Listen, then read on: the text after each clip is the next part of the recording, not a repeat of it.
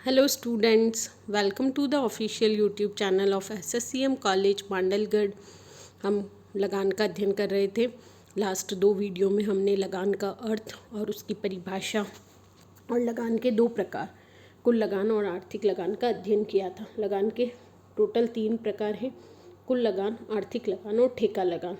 तो इस वीडियो में हम ठेका लगान से क्या आशय होता है, आर्थिक लगान और ठेका लगान में क्या अंतर है, इसका अध्ययन करेंगे। तो यदि आपने पहले 2 वीडियोस नहीं देखे हैं तो आप कंटिन्यूशन में इन वीडियोस को का अध्ययन करिए, जिससे आपका ये टॉपिक बहुत अच्छे से क्लियर होगा। इम्पॉर्टेंट टॉपिक है बिजनेस इकोनॉमिक्स का आपका।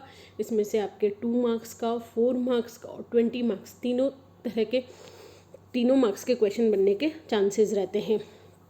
तो हम कुल लगान का अध्ययन कर चुके हैं। कुल लगान का अभिप्राय क्या होता है, आर्थिक लगान प्लस भूस्वामी को पूंजी एवं अन्य साधनों के बदले में समस्त भुगतानों का योग होता है। फिर सेकंड हमने अध्ययन किया था आर्थिक लगान। आर्थिक लगान से क्या आशय होता है, अधिसीमांत भूमि और सीमांत भूमि की उपज का अंतर।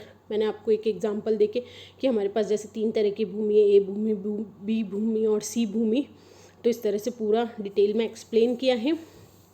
अब आर्थिक लगान का एक सेपरेट वीडियो मैंने बनाया है, तो आप उसमें से इसका अध्ययन कर सकते हैं।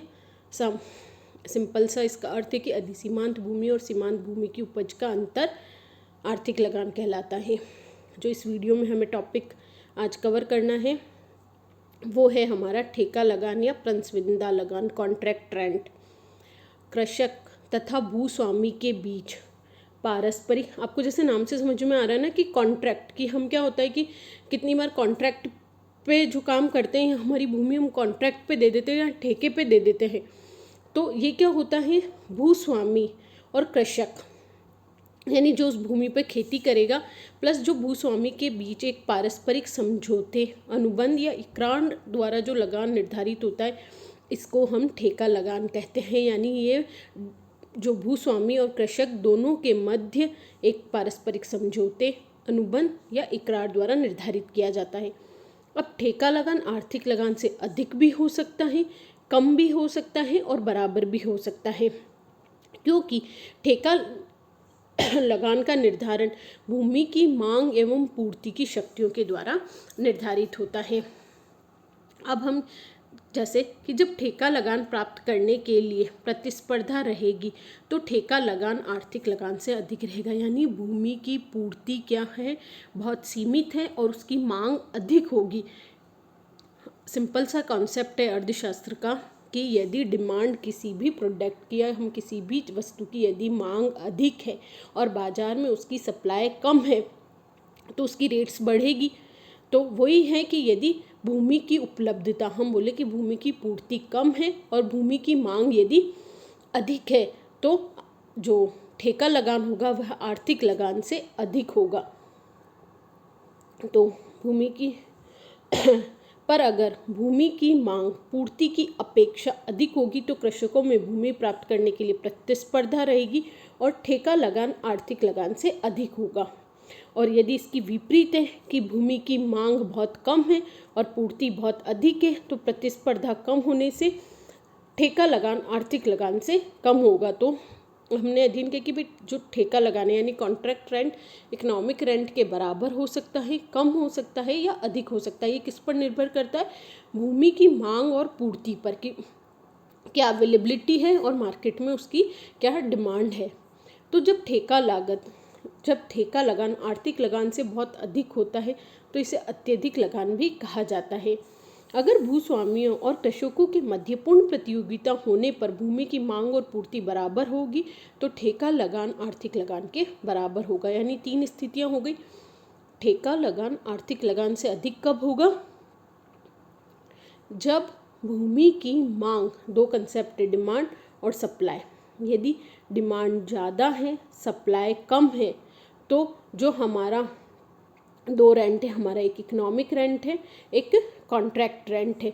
तो जब भूमि की डिमांड अधिक होगी, सप्लाई कम होगी, तो हमारा जो इकोनॉमिक रेंट होगा उससे हमारा कॉन्ट्रैक्ट रेंट क्या होगा, ज़्यादा होगा। कॉन्ट्रैक्ट रेंट क्या होगा, अधिक होगा, क्योंकि मांग बहुत अधिक है, सप्लाई कम है, प्रतिस्पर्धा अधिक होने से ठेका लगान क्या होगा, जो अधिक लगान देगा उसे भूमि प्राप्त हो जाएगी, तो ठेका लगान आर्थिक लगान से अधिक होगा, ग्रेटर देन इकोनॉमिक रेंट। तो इस स्थिति में जो हमारा कॉन्ट्रैक्ट रेंट है इज ग्रेटर देन क्या होगा, इकोनॉमिक रेंट होगा।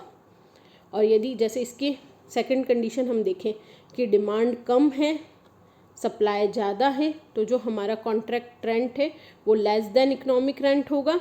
और जब डिमांड इक्वल टू सप्लाई है तो जो हमारा contract rent equals to economic rent हो जाएगा। यानी ठेका लगान आर्थिक लगान से अधिक हो सकता है, ठेका लगान आर्थिक लगान के बराबर हो सकता है, और ठेका लगान आर्थिक लगान से कम हो सकता है। तो अगर भूस्वामी और कृषकों के मध्य पूर्ण प्रतियोगिता होने पर भूमि की मांग और पूर्ति दोनों बराबर है तो ठेका लगान आर्थिक लगान के बराबर होगा। यह स्मरण रखने योग्य है कि आर्थिक लगान भूस्वामी को स्वयं को भी मिल सकता है। यही सेम कंसेप्ट हमने आर्थिक लगान में भी अध्ययन किया था कि यह आवश्यक नहीं है कि लगान तभी प्राप्त होगा जब आप इस भूमि को किसी और को प्रयोग करने के लिए देंगे। यदि हम स्वयं भी उस भूमि का उपयोग कर रहे हैं तो हमें भी लगान की प्राप्ति हो सकती है। यह एक विचारधारा है जो रिकार्डो द्वारा दी गई है। यह स्मरण रखने योग्य कि आर्थिक लगान भूस्वामी को स्वयं को भी मिल सकता है या आसमियों यानी हमने और किसी को दी है तो उन्हें भी प्राप्त हो सकता है। जो आर्थिक लगान है, आर्थिक लगान में हमने अध्ययन किया था ना कि भूस्वामी को स्वयं को भी प्राप्त हो सकता है, और यदि हमने किसी और को इसके उपयोग के लिए दिया है तो उसे भी प्राप्त हो सकता है।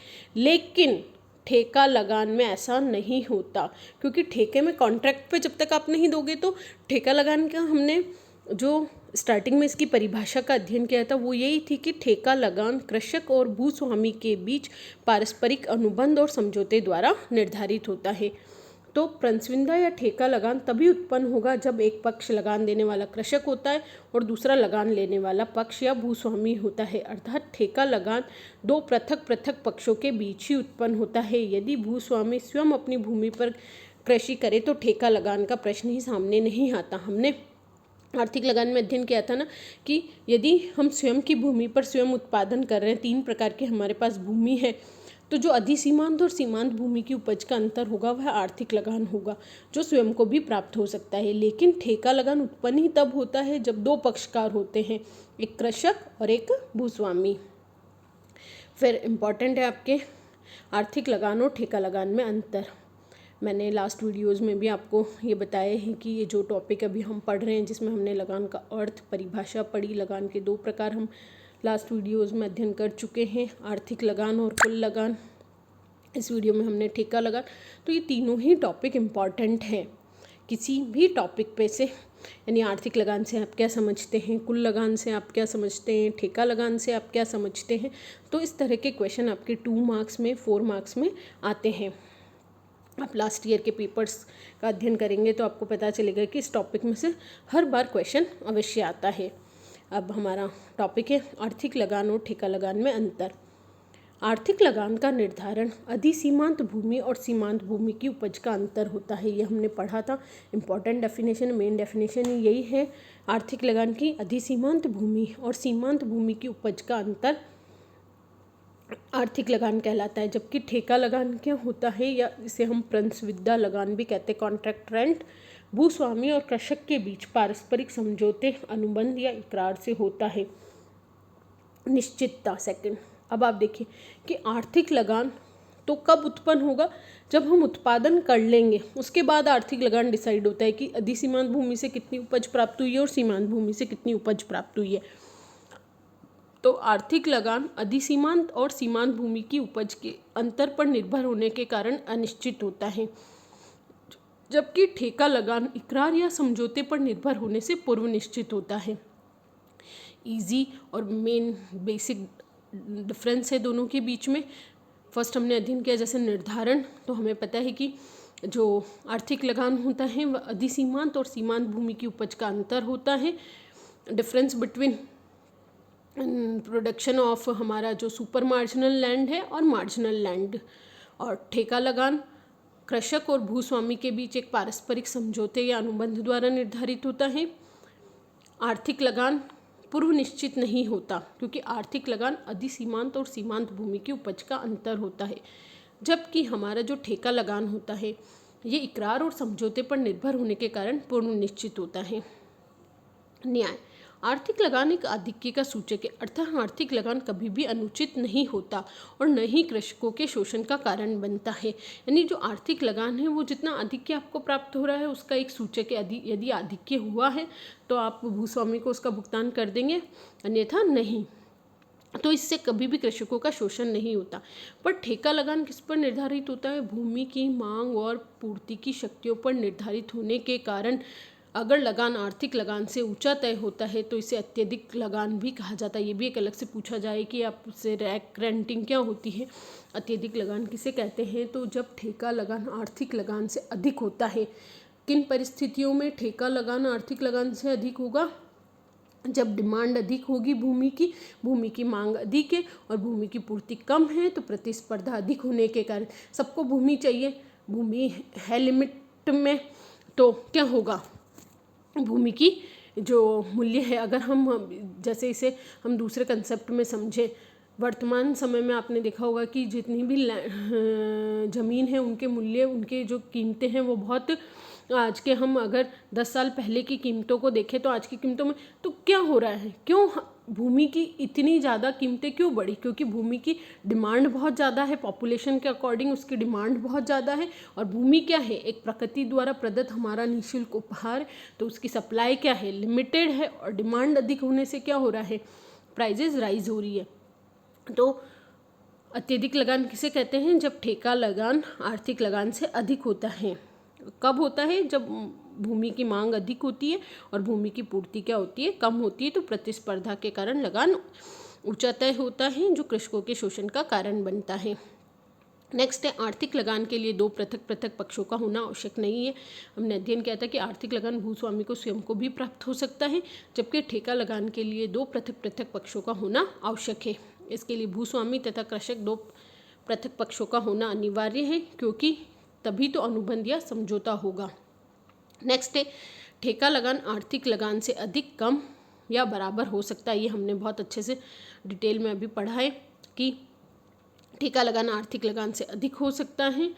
अधिक अभी वही कि जब मांग अधिक है और पूर्ति कम है। जब मांग और पूर्ति दोनों बराबर है तो आर्थिक लगान और ठेका लगान बराबर होगा। और जब मांग कम है, पूर्ति ज़्यादा है, तो आर्थिक लगान से ठेका लगान कम भी हो सकता है। आर्थिक लगान एक सैद्धांतिक कल्पना है। आर्थिक लगान हम देखें तो व्यवहारिक जीवन में क्या है? एक सैद्धांतिक कल्पना है, एक सिद्धांत बनाया गया है प्रतिष्ठित अर्थशास्त्रियों के द्वारा। जबकि ठेका लगान एक व्यवहारिक सत्यता है। वर्तमान में जो लगान निर्धारित होता है, तो भूस्वामी जो कृषक को, तो वो किस पर निर्धारित होता है? ठेका लगान के आधार पर ही। व्यवहारिक रूप से यदि हम प्रैक्टिकल देखें तो ठेका लगान ही एक व्यवहारिक सत्यता है, जबकि आर्थिक लगान क्या है? सिर्फ एक सिद्धांत है, एक सैद्धांतिक कल्पना है। तो इस वीडियो में हमने ठेका लगान से क्या आशय होता है, आर्थिक लगान और ठेका लगान में क्या अंतर है, इसका अध्ययन किया है। यदि किसी स्टूडेंट ने पहले के 2 वीडियोज़ नहीं देखे हैं तो आप कंटिन्यूशन में इन वीडियोज़ को देखिए। लगान का अर्थ, परिभाषा और लगान के प्रकार इस वीडियो तक हम कंप्लीट कर चुके हैं। इससे रिलेटेड यदि आपकी कोई भी क्वेरी है तो आप मुझे व्हाट्सएप ग्रुप या यूट्यूब कमेंट बॉक्स में पूछ सकते हैं। सभी अपने घरों में रहिए, सुरक्षित रहिए, कोरोना गाइडलाइंस का पूर्ण पालन कीजिए। यह एक ऐसा समय है जिसमें हम अपने आप को घरों में रहकर ही सुरक्षित रह सकते हैं। आपने देखा होगा अभी इन कुछ दिनों में ही इस महामारी ने एक भयंकर रूप ले लिया है। तो आपसे ये एक निवेदन है कि आप घर में रहिए, सुरक्षित रहिए, अन्य लोगों को भी इसके प्रति जागरूक करिए, अपने आस पड़ोस, अपने परिवार के लोगों को कि हमें मास्क का पूर्ण उपयोग करना है, बिना किसी अनावश्यक कार्य के हमें घर से बाहर नहीं निकलना है। घर में यदि बुजुर्ग हैं तो उनका विशेष ध्यान रखिए और इस समय का समुचित सदुपयोग कीजिए। आप अपना पूरा कंसंट्रेशन अपनी स्टडीज़ पे कर सकते हैं। आपके फ्यूचर में के लिए आपने कोई कॉम्पिटिटिव एग्ज़ाम्स की तैयारी के लिए यदि सोच रखा है तो उस पर अपना कंसंट्रेशन कीजिए, समय का सदुपयोग कीजिए, पढ़िए, घरों में रहिए, सुरक्षित रहिए। Thank you.